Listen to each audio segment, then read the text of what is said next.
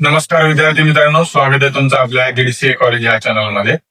तर आज आपण बघणार आहोत परीक्षा जी आहे ऑडिटचा पेपर हा कशा प्रकारे तुम्ही लिहू शकता. पुढील जी परीक्षा आहे मे मध्ये येणारी, त्या मे मधल्या परीक्षेसाठी तुम्ही कशा प्रकारे प्रश्नपत्रिका समजून तुम्ही कसं लिहू शकता याबद्दल चर्चा करूया.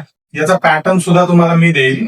पॅटर्न म्हणण्यापेक्षा तुम्ही जे टिप्स आहेत परीक्षेसाठी, काही विशेष टिप्स म्हणजे ते प्रश्न कसे तुम्ही लिहू शकता त्याबद्दल, तर ते आपण आज समजून घेऊया.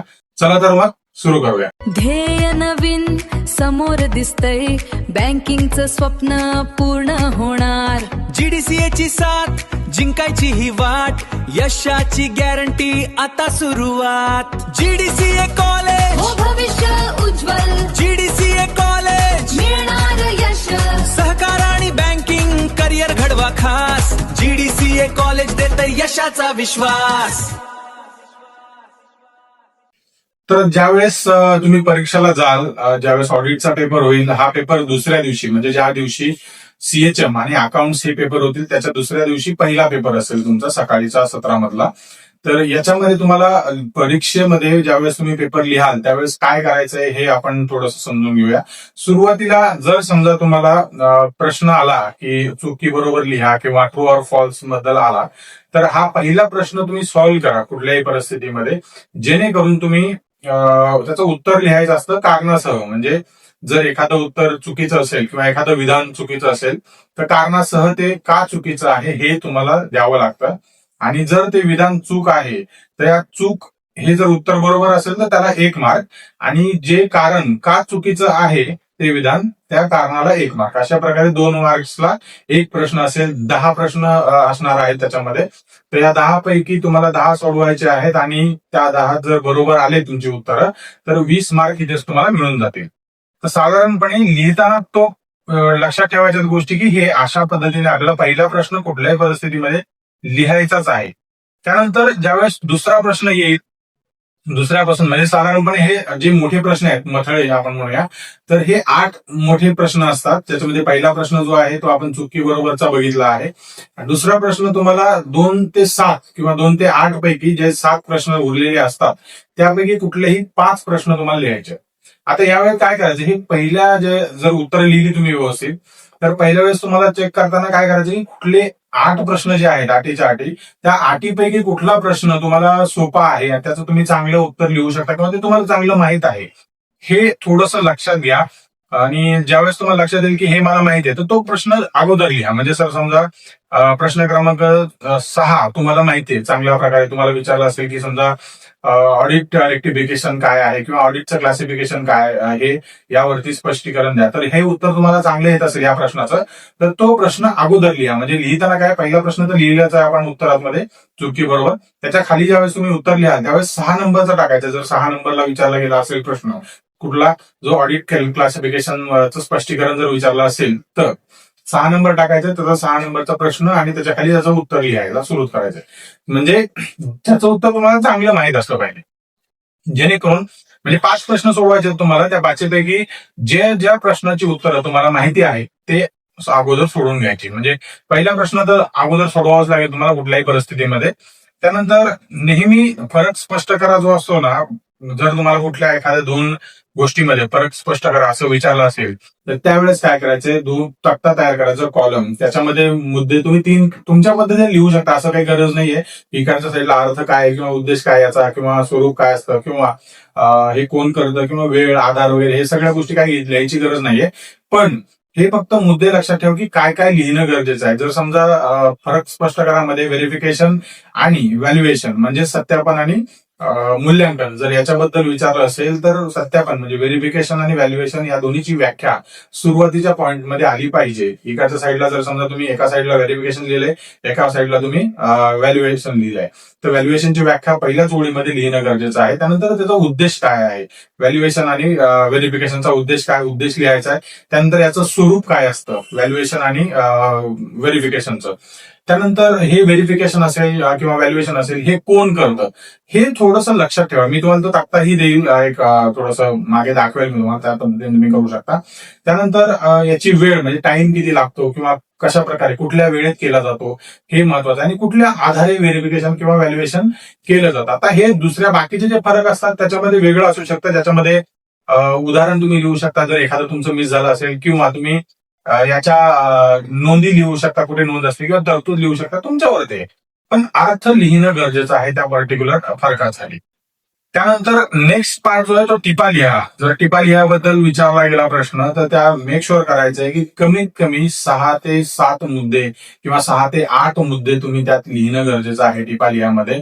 साधारणपणे जर टिपा लिहामधला काही एक विशिष्ट विषयावरती किंवा टँजिबल ऍसेट वरती विचारलं असेल, इंटँजिबल ऍसेट वरती विचारलं असेल तर त्याचा अर्थ लिहायचा, त्याच्या खाली त्याचं महत्व काय आहे, त्याचं उद्दिष्ट काय आहे हे लिहायचं खाली, आणि त्यानंतर त्याचे उदाहरणं काही लिहायचे. तर हे जे आहे हे तुम्ही किमान 6 ते 8 मुद्दे तुम्ही लिहिणं गरजेचं आहे, जेणेकरून तुम्हाला त्या प्रश्नाला पर्टिक्युलर मार्क्स पैकीच्या पैकी मार्क मिळतील. किंवा 4 मार्काचा असेल तर 3, 2.5-3 तरी मार्क्स तुम्हाला त्याच्यात मिळतील. जर अक्षर चांगला असेल आणि सगळी उत्तर बरोबर असेल तर 4ही मार्क्स तुम्हाला मिळू शकतात.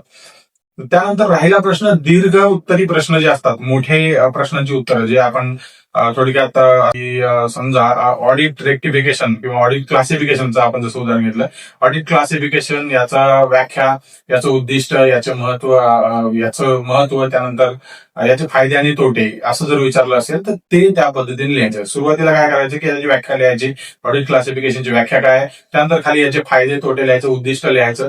पण जे काही आपण लिहू आता व्याख्या जी लिहायची त्या व्याख्येसाठी खाली अंडरलाईन करायचे, जे मोठा मथळा आहे त्याला अंडरलाईन करायचे, जे महत्वाचं आहे त्याला. त्यानंतर खाली आपण उद्दिष्ट लिहिले तर उद्दिष्टाला अंडरलाईन करायचे. त्यानंतर खाली आपण याचे फायदे आणि तोटे पण लिहिले तर फायद्यासाठी पण अंडरलाईन करायचे, त्याच्या खाली तोटे जे आहेत त्याला तोट्याला सुद्धा अंडरलाईन करायचे, जेणेकरून ते एक्झामिनरला लक्षात येईल की असं असं आहे.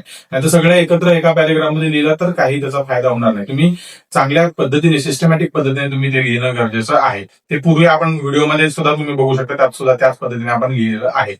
त्यानंतर जर कायद्याचे कलम जर विचारलं असेल किंवा कायद्याचे कलम नमुना जर विचारला असेल तर उदाहरणार्थ समजा कलम 81 महाराष्ट्र सहकारी कायदा जो आहे, संस्था कायदा, कलम 81 याबद्दल विचारलं असेल तर व्यवस्थित तो कलम लिहा.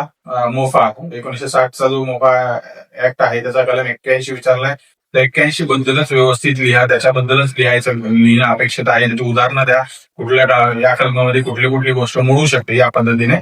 त्यानंतर दुसरा शेवटचा महत्वाचा पॉइंट जो आहे 7वा तो असा आहे की तुम्ही उत्तर जे आहे ते व्यवस्थित नीटनेटकेपणाने लिहायचे, स्वच्छ अक्षरात लिहिण्याचा प्रयत्न करा. चांगलं अक्षर असेल तुमचं तर वेल अँड गुड, नसेल तर तरी ते व्यवस्थित समजेल एखाद्या जो एक्झामिनर आहे त्याला. अशा पद्धतीचं लिहा आणि व्यवस्थित नीटनेटकेपणा लिहा, सुटसुटीत लिहा.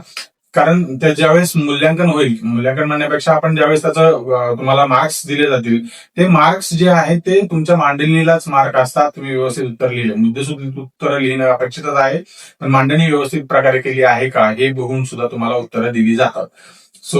मार्क्स दिले जातात. तर त्या पद्धतीने तुम्ही लिहा. मी एक तक्ता देतोय त्या पद्धतीचा तुम्हाला कशा प्रकारे करायचं मागे तक्ता देईल मी, तो पूर्ण बघा तुम्ही. या पद्धतीचे किंवा या पद्धतीने जर तुम्ही प्रश्नपत्रिका सॉल्व्ह केली तर मला वाटत नाही की तुम्हाला किमान 40 मार्क्स घेण्यापासून कोणी रोखेल जर व्यवस्थित उत्तरं लिहिली तर. कमीत कमी 40 मार्क्स तर तुम्हाला आपल्या जे काही तुम्ही आपले जर नोट्स फॉलो केल्या तर तुम्हाला 100% मिळतीलच. पण त्याच्या पुढे जर तुम्हाला थोडंसं करायचं असेल तर ते थोडं वाचावं लागेल, व्यवस्थित गोष्टी समजून घेऊन कराव्या लागतील. आणि तुमच्यावरतीच आहे ते, तुम्ही म्हणजे मी सांगतो म्हणून 40 पडतील तुम्हाला, तुमचं अक्षर जर खराब असेल तर 40 नाही मिळणार तुम्हाला. तो त्यामुळे तुम्हाला प्रॉपर समजून घेऊन ते व्यवस्थित उत्तर लिहा. चांगलं लक्षात येईल, एखाद्याचा समजेल ही गोष्ट की हा बरोबर त्यांनी व्यवस्थित उत्तर लिहिलेलं आहे, त्या पद्धतीमध्येच तुम्ही उत्तर लिहिणं अपेक्षित आहे. या पद्धतीमध्ये तुम्ही प्रश्नपत्रिका सोडवावी ही अपेक्षा आहे. पुढील जर ऑडिटचा प्रश्न आला तर ऑडिट विषयाबद्दल बाकी व्हिडिओ आपण बनवूया, जे जर समजा लॉच असेल किंवा कुठल्याही बँकिंग वगैरेचा, तर त्या विषयामध्ये कशा प्रकारे तुम्ही लिहू शकता तेही तुम्हाला व्हिडिओ दाखवेल मी, किंवा त्याचाही व्हिडिओ बनवूया आपण. ही माहिती आवडली असेल तर व्हिडिओ लाईक करा, शेअर करा.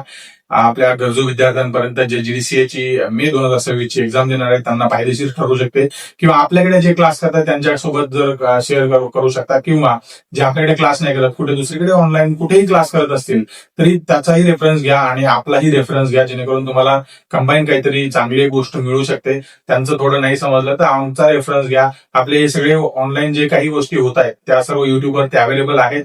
आपण त्याचे कुठले चार्जेस घेत नाही. हा, फक्त एवढंच आहे की जे काही तुम्ही आमच्याकडनं नोट्स घ्याल, एक्सपेक्टेड नोट्स, त्याचे आपण 125 रुपये पर सब्जेक्टने चार्ज घेतोय आहे ऍक्च्युली. तर ते जरी मी जसं म्हटलं ते जरी केलं तुम्ही तर 40 मार्क्स तुम्हाला फिक्स मिळतीलच. तर अशाच माहितीपूर्ण व्हिडिओसाठी आपल्या GDCA कॉलेज या चॅनलला सबस्क्राईब करा. पुढे आपण भरपूर बँकिंग विषयी किंवा अजून स्पर्धा परीक्षाविषयी सुद्धा आपण काही व्हिडिओ बनवूया.